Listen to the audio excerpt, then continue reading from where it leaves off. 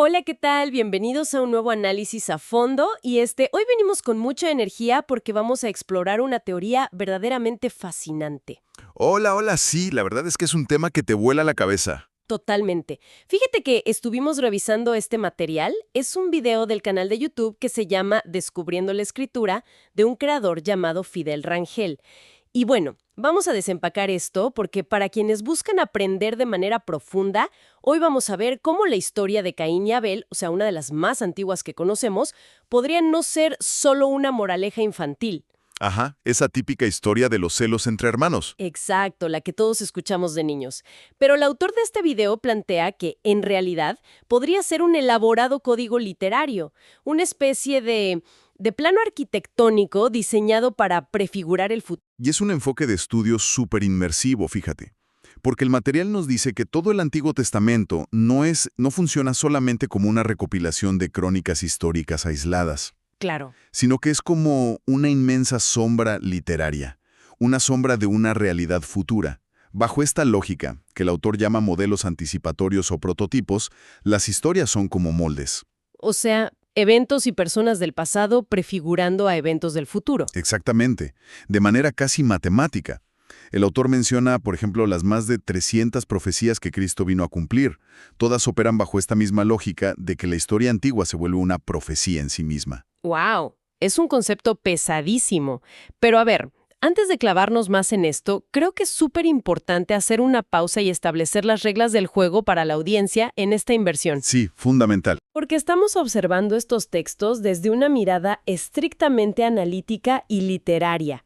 O sea, estamos viendo la propuesta exegética que plantea el autor del video. Ajá. No estamos tomando ninguna postura teológica, ni predicando ningún dogma religioso aquí, ni respaldando esta visión. Simplemente queremos desmenuzar de manera súper imparcial cómo este expositor conecta los puntos, ¿no? Porque como ejercicio literario histórico es deslumbrante. Esa distinción es clave, sí. Porque cuando entiendes que estamos analizando la mecánica interna de una narrativa literaria, el primer gran paso de esta teoría del video cobra, pues, muchísimo más sentido. Claro, el tema de Abel. Exacto.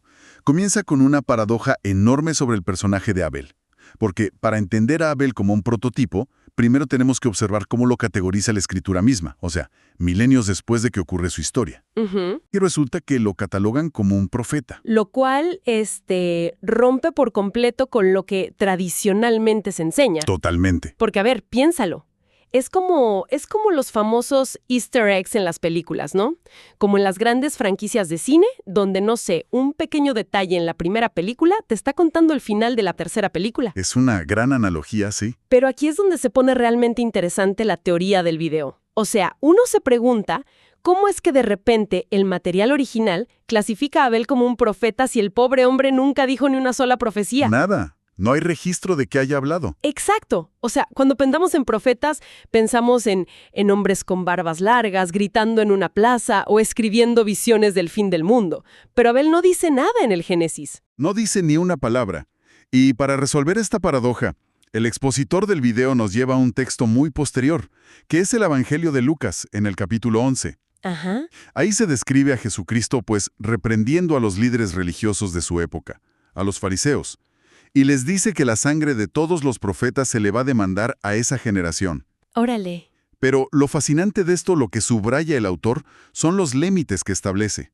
Dice que esto abarca desde la sangre de Abel hasta la sangre de Zacarías. Zacarías, el que fue asesinado entre el altar y el templo, ¿no? Ese mero. O sea que están marcando los sujetalibros, por así decirlo, de la historia de los mártires en el Antiguo Testamento. Exactamente.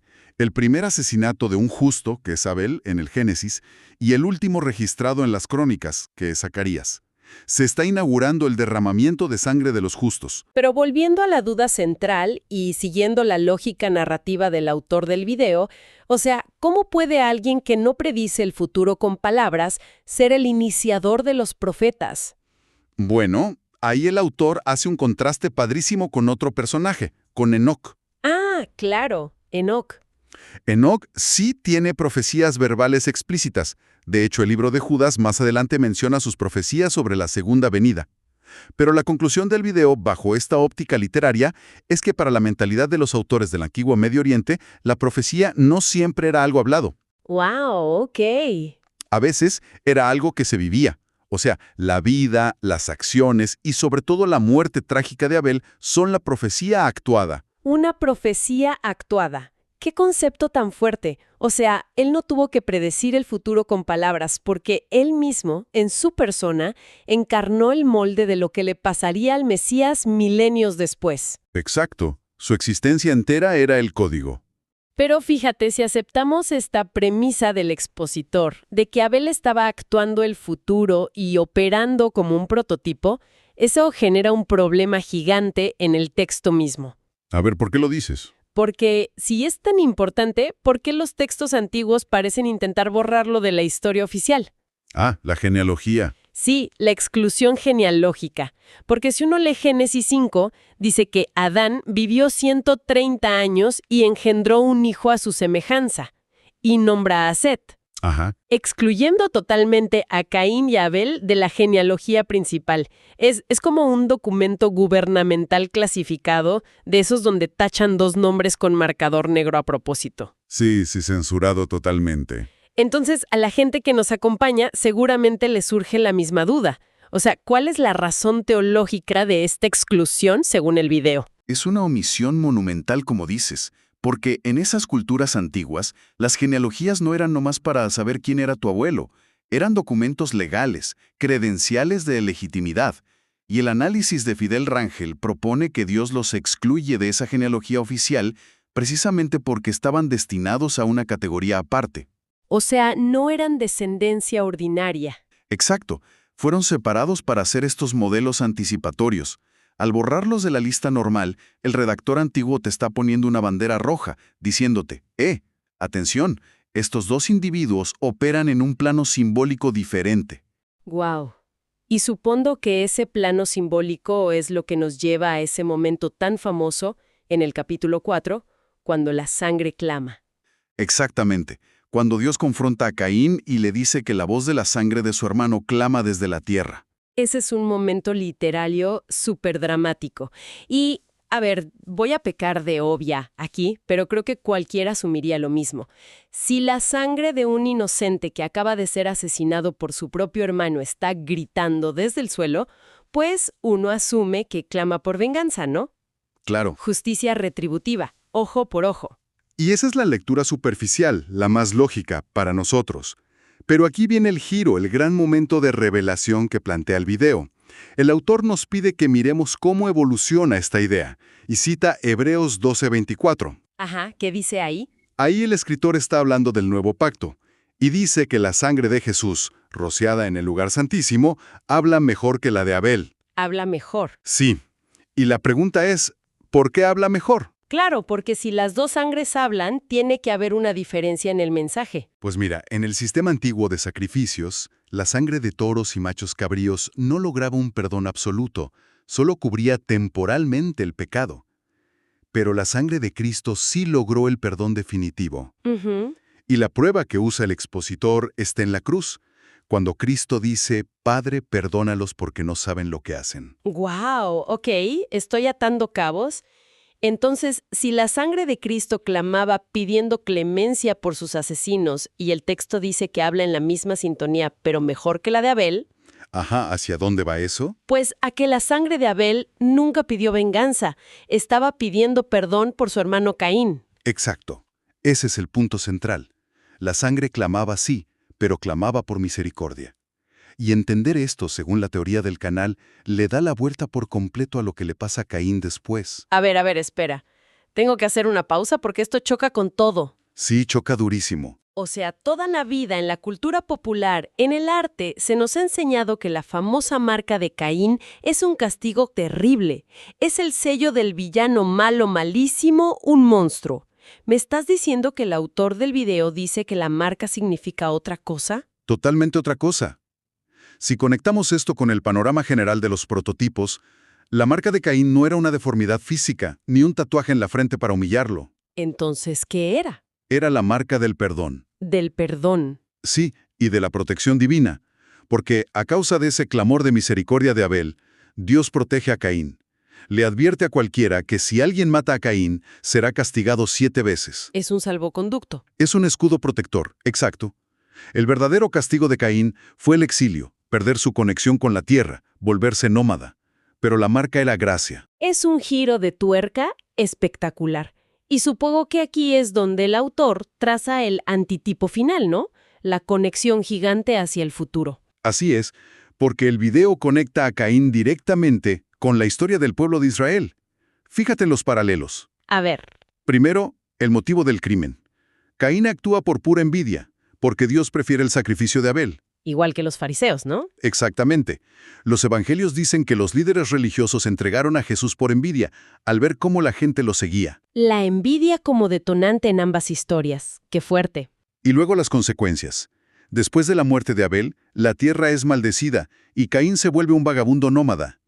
De manera idéntica, el autor traza la línea hacia lo que pasa después de la crucifixión de Cristo. La diáspora. ¿Sí? La tierra de Israel es devastada, se destruye el templo, y el pueblo judío se dispersa. Viven de forma nómada por el mundo durante casi 2000 años. Es un paralelo histórico a gran escala súper impactante.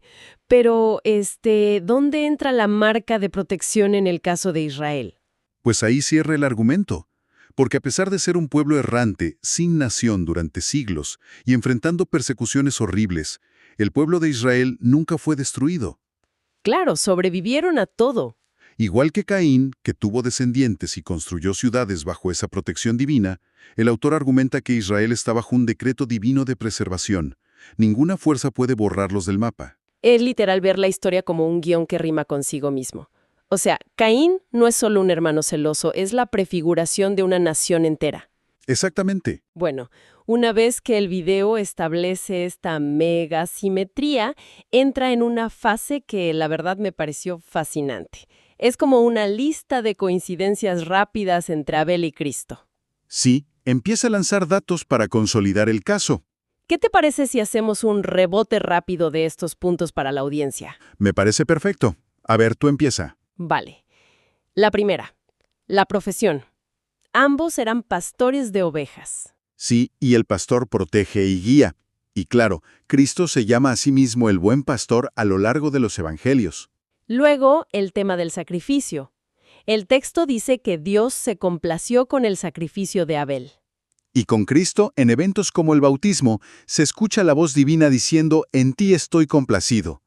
Ambos sacrificios son perfectamente aceptables. Totalmente. Y la actitud detrás del sacrificio, ¿no?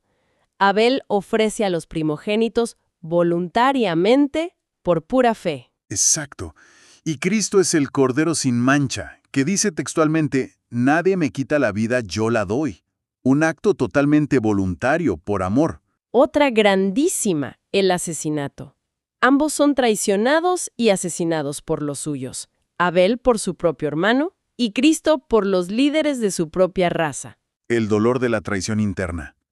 Es el mismo molde. Y esta es la que más me llamó la atención del análisis literario. El título de El Justo. O sea, el autor del video recalca mucho esto. ¿Por qué gigantes de la Biblia como Jeremías o Isaías no tienen este apelativo tan marcado? Sí, es muy específico. En Hebreos 11 se le llama a Abel justo. Y luego, miles de años después, en Lucas 23, cuando Jesús muere, el centurión romano dice, verdaderamente, este hombre era justo. Es como un subrayado con marcatextos de neón en la escritura. Y finalmente, para cerrar la lista, regresamos al tema de la genealogía.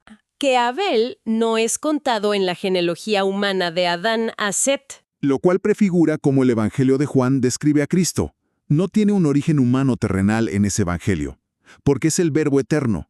Existe desde antes de la creación. Fíjate, al ver toda esta lista de paralelos uno tras otro, resulta muy evidente cómo cambia la forma en la que consumimos esta información milenaria. Totalmente te cambia la perspectiva. O sea, una lectura superficial, la que hacemos de pasadita, nos da una moraleja básica. Dos hermanos que se pelean. Pero cuando le metes esta lectura profunda, buscando los prototipos, se revela un mapa teológico hiperconectado. Y ese es el valor de este tipo de herramientas de análisis literario, que para una mente inquisitiva es fantástico. Porque a veces los textos antiguos nos abruman, sentimos que son puros cuentos desconectados. Sí, que no tienen sentido juntos. Exacto. Pero con esta técnica de buscar qué elementos del pasado prefiguran el futuro, dejas de abrumarte y empiezas a encontrar patrones maestros. Ves el diseño del arquitecto. Es pasar de ver un crimen rural a entender el perdón absoluto, la diáspora y el sacrificio perfecto. Es otra cosa. Es otra dimensión de lectura. Pues mira, para cerrar esta sesión, creo que vale la pena dejar a quienes nos escuchan con una idea para masticar. Un pensamiento provocativo. A ver, suéltalo. Si dos hermanos de los primeros capítulos del Génesis estaban, según esta teoría, actuando un guión a escala cósmica sobre eventos que pasarían milenios después, Ajá. pues uno se pregunta, ¿qué otros relatos que hoy consideramos como simples historias infantiles de la Biblia o anécdotas primitivas están funcionando en este momento como anteplanos? Híjole, qué buena pregunta. O sea, ¿qué otros prototipos de un futuro que aún no comprendemos están ahí escondidos a simple vista? Es que te deja pensando, porque subraya que la literatura antigua es inagotable. Hay capas y capas de significado. Exactamente. Explorar estas profundidades nos recuerda el gozo tremendo que es cuestionar, aprender cosas nuevas y siempre, siempre mirar la información desde ángulos diferentes. Ha sido un análisis súper rico, la verdad. Totalmente de acuerdo. Así que, con esta reflexión sobre los misterios literarios de nuestro pasado, damos por concluida la inmersión de hoy. Nos escuchamos en el próximo análisis a fondo.